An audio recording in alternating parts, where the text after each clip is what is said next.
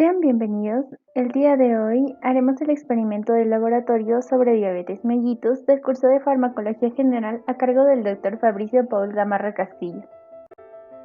En este caso utilizaremos el programa PhysioX 9.0 de simulaciones farmacológicas.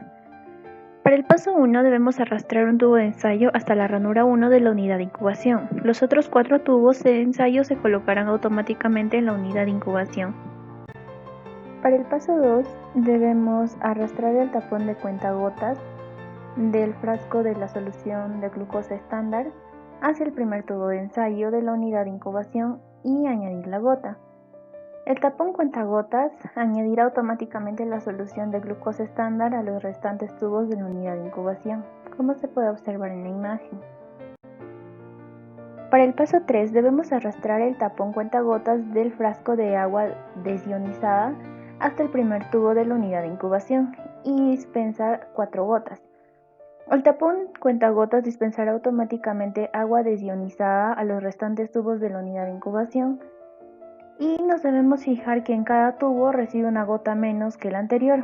El tubo 2 recibe 3 gotas, el tubo 3 2 gotas y el tubo 4 recibe una gota, mientras que el tubo 5 no recibe ninguna. En el paso 4 debemos presionar en mezclar para mezclar el contenido de los tubos, como se puede observar en la imagen. Después debemos pulsar en centrifugar para centrifugar el contenido de los tubos. Cuando ya haya finalizado el proceso de centrifugación, los tubos subirán automáticamente. Para el paso 5 debemos pulsar en eliminar el precipitado para eliminar el precipitado que se haya formado durante el proceso de centrifugación. Este puede contener restos de reactivos y residuos del ambiente del laboratorio. Después, arrastramos el tapón cuentagotas del frasco reactivo enzimático de color hasta el primer tubo de la unidad de incubación y esta se va a dispensar 5 gotas a cada uno de los 5 tubos. Para el paso 6 debemos pulsar en incubar y esto es para incubar el contenido de los tubos. La plataforma soporta los tubos en la unidad de incubación y se va a agitar suavemente los tubos de manera uniforme, mezclando así su contenido a lo largo de la incubación. Luego pulsamos en Setup, que es ajustar, en el espectrofotómetro para calentar y dejarlo listo para las lecturas de las muestras. Para el paso 7 debemos arrastrar el tubo 1 hasta el espectrofotómetro, como se puede observar en la imagen, y pulsamos en analizar para analizar la muestra. Nos va a aparecer un punto que se puede observar aquí en la pantalla del osciloscopio que representa los valores de densidad óptica y concentración de glucosa de la muestra. Estos valores también pueden aparecer en los indicadores de densidad óptica y de glucosa. En el paso 8 pulsamos en guardar datos, que es Record Data, para mostrar los resultados en la pantalla y anotarlos en la tabla 2.1 que veremos más adelante. El tubo se debe colocar automáticamente en el lavador de tubos de ensayo. Y aquí tenemos el resultado del tubo de ensayo número 1. En el paso 9 se va a analizar las muestras en los tubos restantes. Como se puede observar aquí ya hemos analizado en los 5 tubos y aquí están los resultados. En el paso 10 debemos pulsar en gráfica glucosa estándar para que pueda aparecer la curva de glucosa estándar en la pantalla. Y esto vamos a utilizar en la gráfica en la parte 2, como se puede observar en la imagen. Resultados. Tenemos la tabla 2.1. El tubo 1 tiene una densidad óptica de 0.30, glucosa de 30 miligramos por decilitro. El tubo 2, densidad óptica de 0.50 y glucosa de 60 miligramos por decilitro. El tubo 3, 0.60 de densidad óptica y 90 miligramos por decilitro de glucosa. El tubo 4, 0.80 de densidad óptica y 120 miligramos por decilitro de glucosa. El tubo 5 tiene una densidad óptica de 1 y glucosa de 150 miligramos por decilitro. Conclusiones. Un paciente con valores de glucosa plasmática en ayunas, esto quiere decir FPG, que es Fasting Plasma Glucose, mayor o igual a 126 miligramos por decilitro en 2 test de FPG consecutivos, es diagnosticado como diabético. Los valores de FPG entre 110 y 126 miligramos por decilitro indican intolerancia a la glucosa, que se puede indicar como prediabetes. Las células muestran dificultad para captar glucosa por acción de la insulina. Los valores de FPG inferiores a 110 miligramos por decilitro se consideran normales. De acuerdo a esto, los tubos 3 y 5 presentan diabetes y los tubos 2 y 4 tienen prediabetes, mientras que el tubo 1 no presenta la enfermedad. A continuación pasaremos a responder las preguntas de la actividad. Primera pregunta. ¿Cómo sabría si la curva de glucosa estándar es irregular y por tanto inadecuada para el diagnóstico del paciente?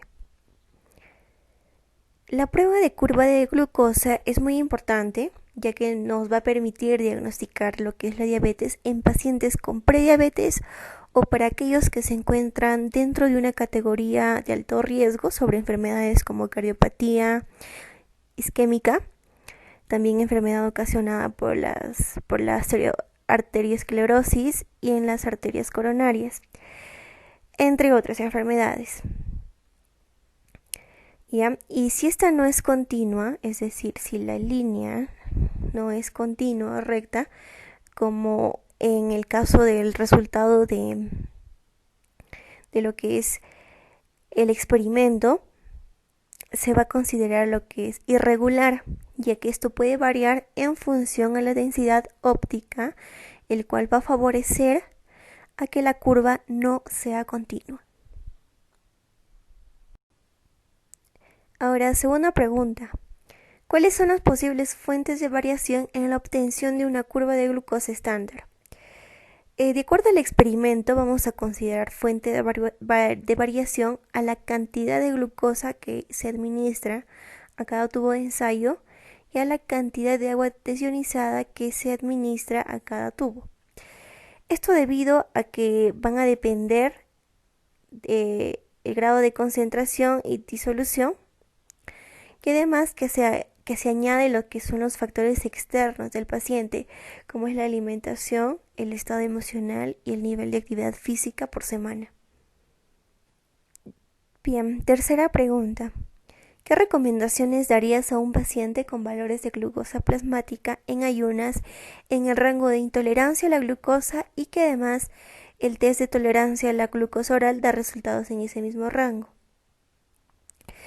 Vamos a iniciar con un tratamiento farmacológico al momento del diagnóstico, simultáneamente con el inicio de las modificaciones en el estilo de vida.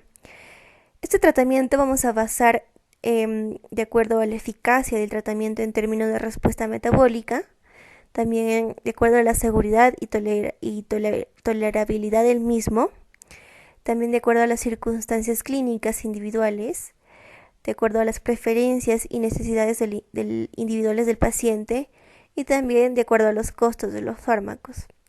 Tenemos como opción lo que es la metformina. Este fármaco es muy recomendado como primera elección, el cual actúa disminuyendo la resistencia a la insulina y a la producción hepática de glucosa.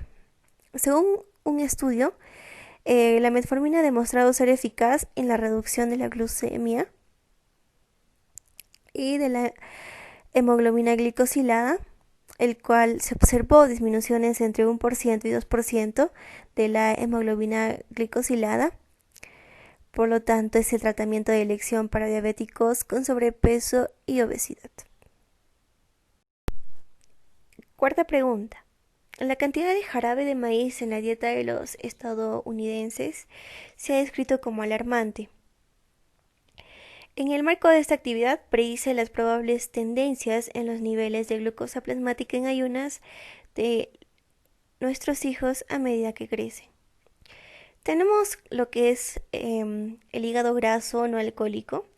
Esta es una enfermedad crónica hepática más frecuente en niños y adultos, debido a que ciertos azúcares en la dieta y en particular la fructuosa contribuye al desarrollo de alteraciones hepáticas, siendo esto proporcional a la cantidad y tiempo de exposición a la fructosa consumida, demostrado en modelos animales. Sin embargo, sigue siendo controversial si la ingesta de fructosa por sí sola puede causar hígado graso no alcohólico o si solo contribuye cuando se consume en exceso al producir balance energético positivo y resistencia a la insulina. Por lo que se predice que los niveles de glucosa plasmática en ayunas de los niños será de 126 miligramos por decilitro. Gracias, eso sería todo por el video de hoy. Hasta la próxima.